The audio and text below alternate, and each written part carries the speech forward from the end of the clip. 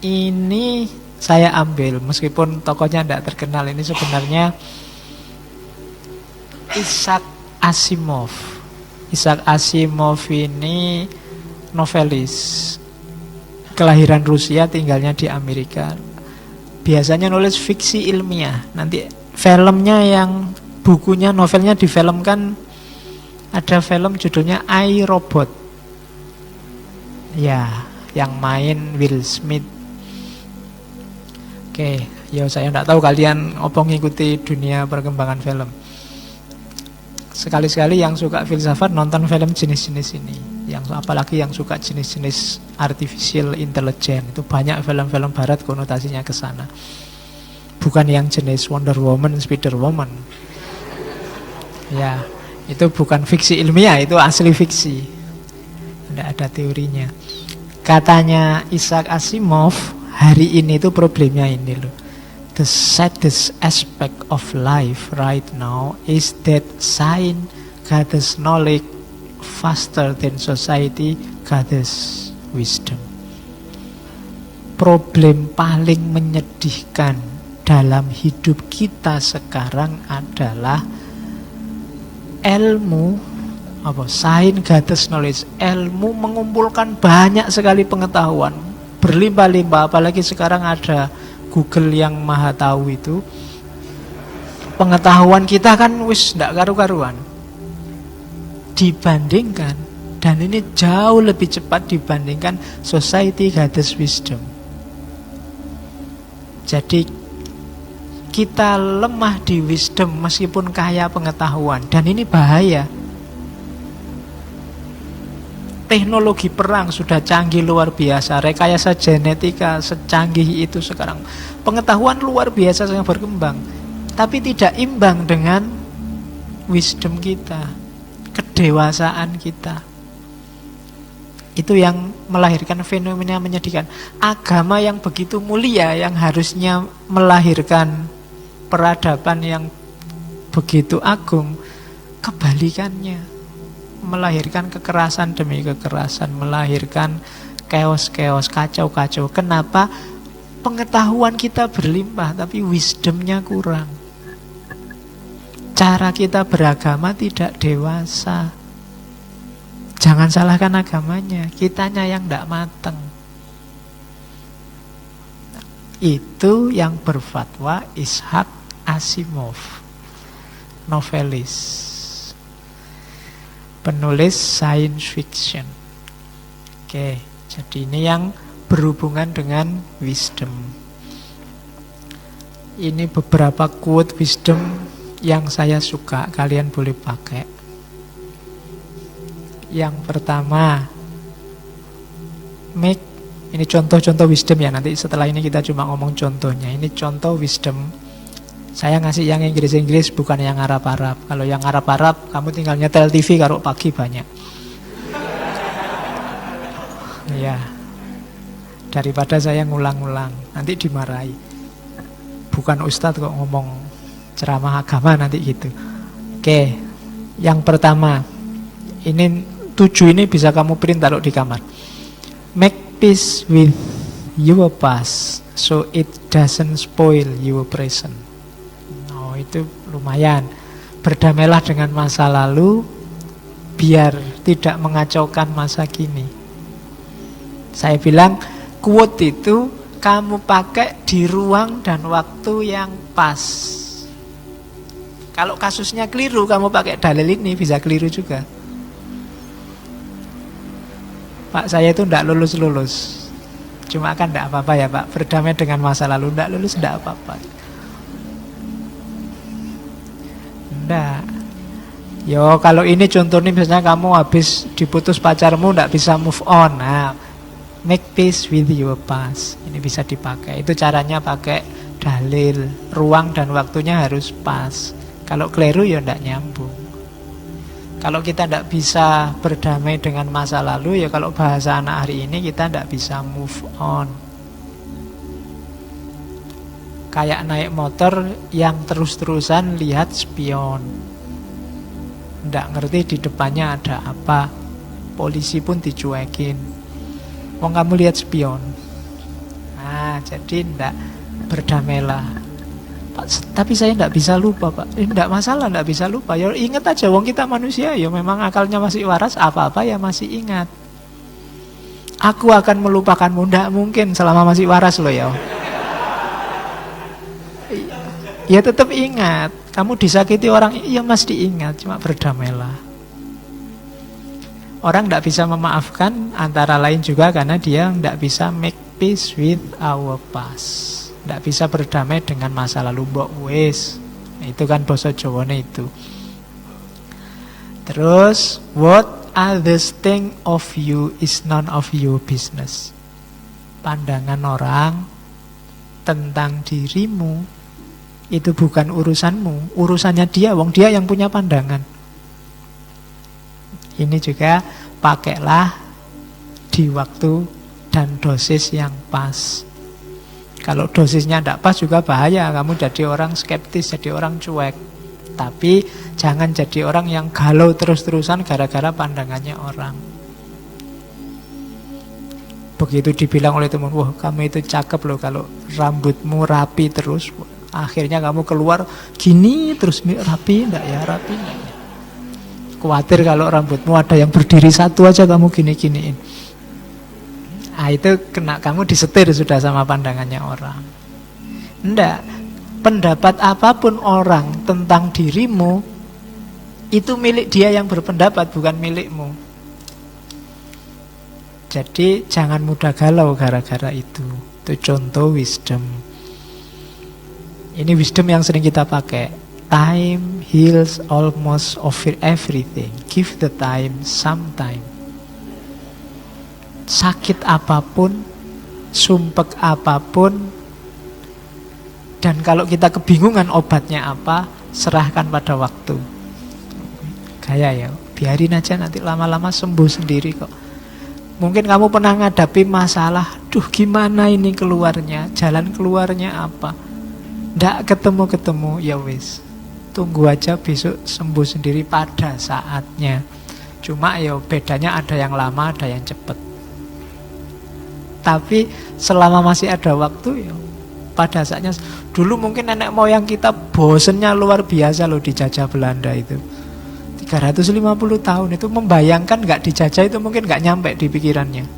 Gak ada Belanda itu gak nyampe di pikirannya. Tapi kan tenang aja, berontak bolak-balik ya kalah. Lama-lama kan juga selesai. Time. Hari ini kita galau luar biasa, umat Islam itu loh mundur, kita strategi apapun gagal untuk bangkit. Yang menang kok barat terus, apa-apa ada durasinya. Ya tinggal lama apa cepat kan gitu aja. Pada saatnya pasti bukan barat lagi, pusat peradaban, entah kapan. Ya sapa ngerti nanti tiba-tiba ono banjir, ono gempa bumi, ono apa kan bisa.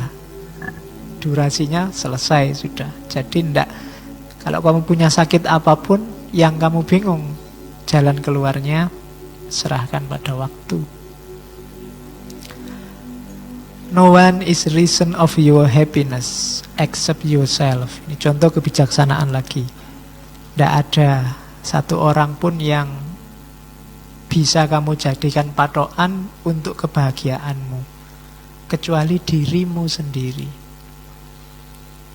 Apakah orang ini sumber kebahagiaanmu atau sumber sumpekmu, itu yang menentukan kamu.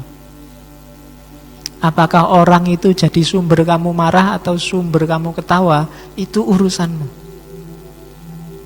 Bukan tergantung di dia. Maka jangan mau kayak tadi disetir orang lain. No one is reason of your happiness. Kamu boleh milih kok. Orang maki-maki kamu kayak apapun, kamu boleh milih mau sakit hati atau tidak sakit hati. Kuncinya tetap di kamu. Nah, itu kebijaksanaan. Terus ini lagi sumbernya sumpek. Don't compare your life with others. You have no idea what their journey is all about. Jangan bandingkan hidupmu dengan orang lain. Kamu ndak tahu loh journey-nya, adventure-nya temanmu itu kayak gimana. Kalau orang Jawa bilang urip itu sawang sinawang, saling melihat. Enak dia sudah lulus. Bagi temenmu, enak dia masih kuliah. Aku sumpek sekarang, habis lulus mau ngapain? Ayo, enak yang mana? Kita selalu membandingkan dengan orang lain, itu sumber kita sumpek. Jadi jangan banding-bandingin. Kamu punya journey sendiri. Atur sendiri journeymu. Hiduplah dengan bahagia. Saya yakin Allah itu nyuruh kita hidup di muka bumi ini untuk bahagia. Allah tidak butuh sumpek kita. Kayak kalau kita menciptakan sesuatu, atau mungkin kita punya saudara, punya anak yang dalam kuasa kita, kalau dia bahagia, kita juga senang. Demikian juga Allah.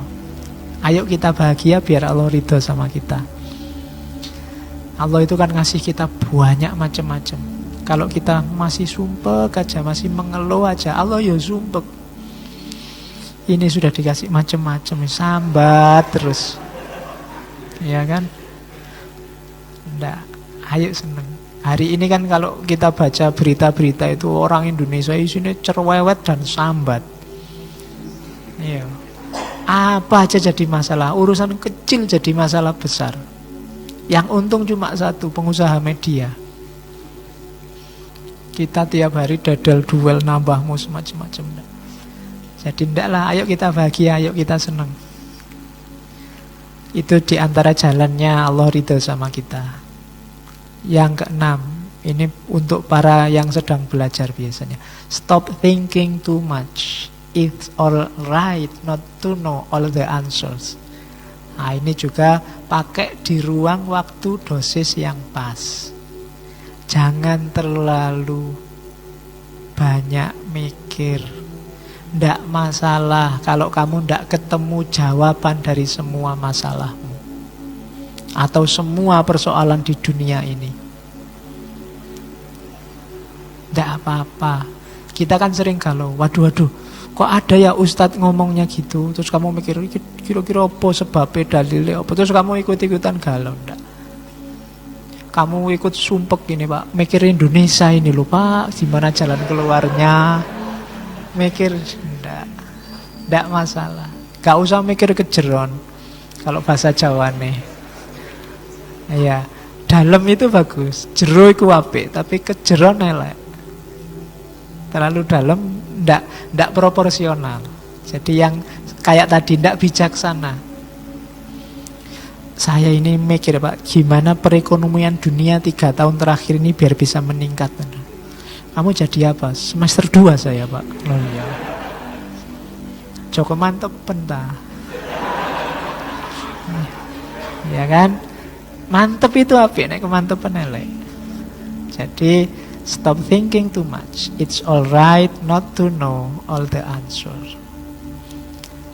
Yang terakhir, smile. Ya, senyumlah. You don't own all the problems in the world. Senyumlah. Jangan letakkan beban masalah dunia ini di pundakmu semua. Banyak hal menyenangkan, ngapain sih kamu selalu sumpek tiap hari? Kamu lihat yang remeng-remeng, yang surem-surem, yang burem-burem, yang bikin hatimu galau, hatimu sedih. Semua masalah kamu panggul sendiri. Smile, senyumlah. Masih banyak yang indah-indah di dunia ini. Masih banyak kisah-kisah happy ending. Kalau nggak percaya kamu lihat sinetron drama Korea. Ya kan? Senyumlah. Jangan merengut terus, ojo nesu terus tuh. Dunia tidak jadi lebih baik dengan kita marah-marah, senyum. Nggak cocok sama orang, senyumi dia. Iya. Oke, kalau nggak percaya coba aja. Asal jangan senyum-senyum sendiri. Senyum, ketemu siapapun senyum. Senyum itu sedekah. Jadi perbanyak sedekah sama orang lain. Saya tidak membayangkan ya, misalnya Islam garis keras, ketemu Islam liberal, terus begitu ketemu senyum, itu kan hilang masalahnya. Tidak jadi maki-maki. Jadi Yuk, smile. Don't own all the problem in the world. Jangan kamu panggul sendiri problem seluruh dunia. Ndak. Kamu punya kapasitas sendiri, punya problemmu mungkin mahasiswa ya lulus yang cepat, berbakti pada orang tua dan kayak gitulah, ndak masalah. Tapi kalau urusan-urusan besar, ya kamu boleh urun rembuk tapi ndak harus bikin kamu galau. Senyumlah. Nah, ini contohnya wisdom, hasil-hasilnya filsafat. Belajar hikmah itu bisa nyampe pada titik-titik kesimpulan semacam ini. Ada lagi saya bawa. Give but don't allow yourself to be used. Oh, ini juga kan banyak orang nyuruh kita share, berbagi, memberi. Tapi iyalah, ayo kita berbagi, tapi don't allow yourself to be used. Jangan biarkan dirimu dimanfaatkan orang lain untuk kepentingan mereka. Love, but don't allow you have to be abused. Mencintailah, tapi jangan biarkan hatimu disakiti. Trust, but don't be naive. Percayalah, tapi jangan naif. Naif itu dikira nanti bolak-balik, saya tetap percaya kok, Pak. Enggak, itu namanya naif. Iya, kita harus percaya, kita harus setia, tapi jangan naif. Trust but don't be naive. Listen but don't lose your own voice. Dengarkan ya, baca ya, ikuti pendapat orang lain ya, but don't lose your own voice. Tapi jangan kehilangan suaramu sendiri. Kamu pribadi yang punya jati diri sendiri, punya pendapat sendiri, punya gagasan sendiri, punya suara sendiri. Ya, kita harus mendengarkan orang lain, tapi jangan lupa kedirianmu sendiri. Listen but don't lose your own voice. Jangan kehilangan suaramu.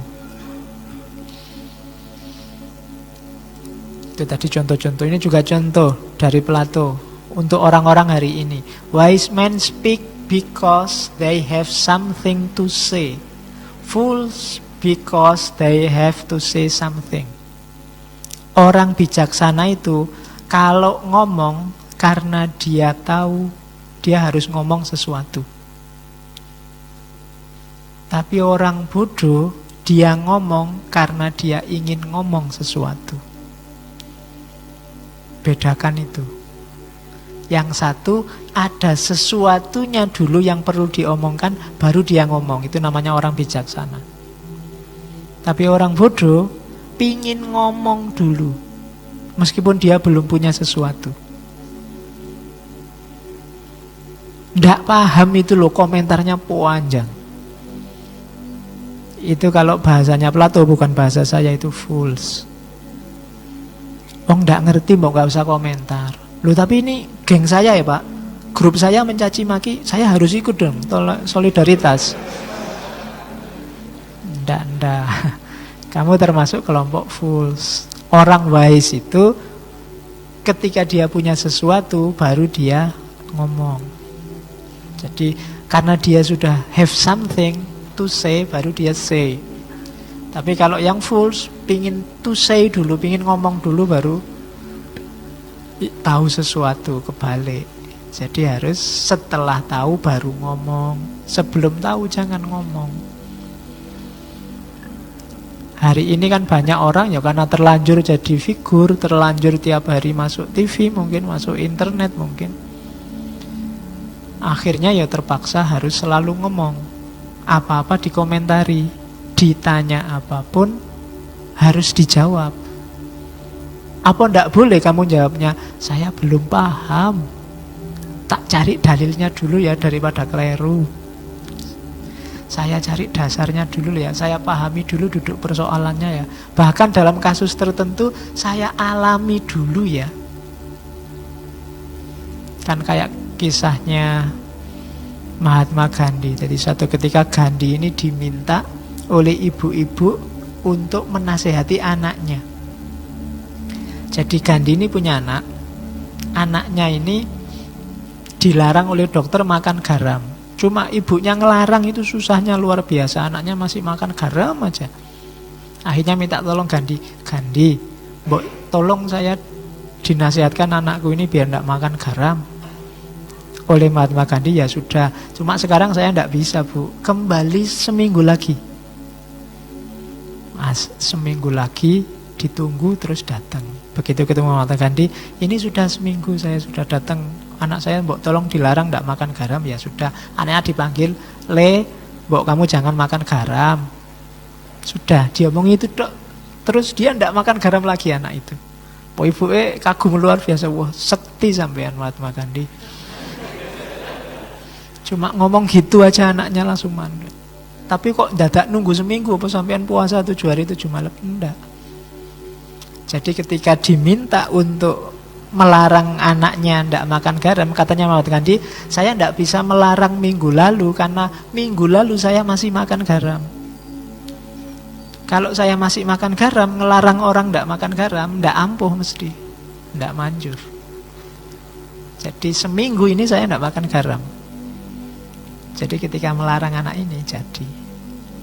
Oh itu ceritanya. Cuma Mahatma Gandhi non muslim. Itu kan selalu begitu kan akhirnya non muslim. Tak kasih contoh yang Islam. Hasan. Ada sufi besar Hasan Basri. Jadi Hasan Basri ini satu ketika ada budak yang datang ke dia, Hasan Basri, sampean ini kan sufi besar, kata-katanya didengar orang, mbok tolong sampean ceramahlah, anjurkan orang untuk membebaskan budak. Jadi kalau sampean ngomong, nanti mesti banyak orang-orang membebaskan budak kayak kita ini. Oh iya insya Allah, katanya Hasan Basri. Ditunggu khotbah Jumat pertama, alah kok ndak ngomong Hasan Basri malahan, khotbah yo standar aja, ittaqullah dan seterusnya itu. Kok ndak nyinggung-nyinggung tentang budak?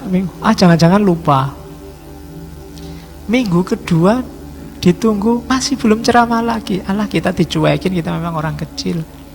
Minggu ketiga juga masih belum. Ya sudahlah, putus asa, ndak usah ketemu lagi sama Hasan Basri. Minggu keempat baru Hasan Basri itu sudah, budak-budaknya sudah hopeless. Wah Allah paling ya ndak ngomong lagi. Ternyata ngomong. Islam menganjurkan untuk membebaskan budak dan seterusnya. Setelah Jumatan dikerubungi sama budak-budak.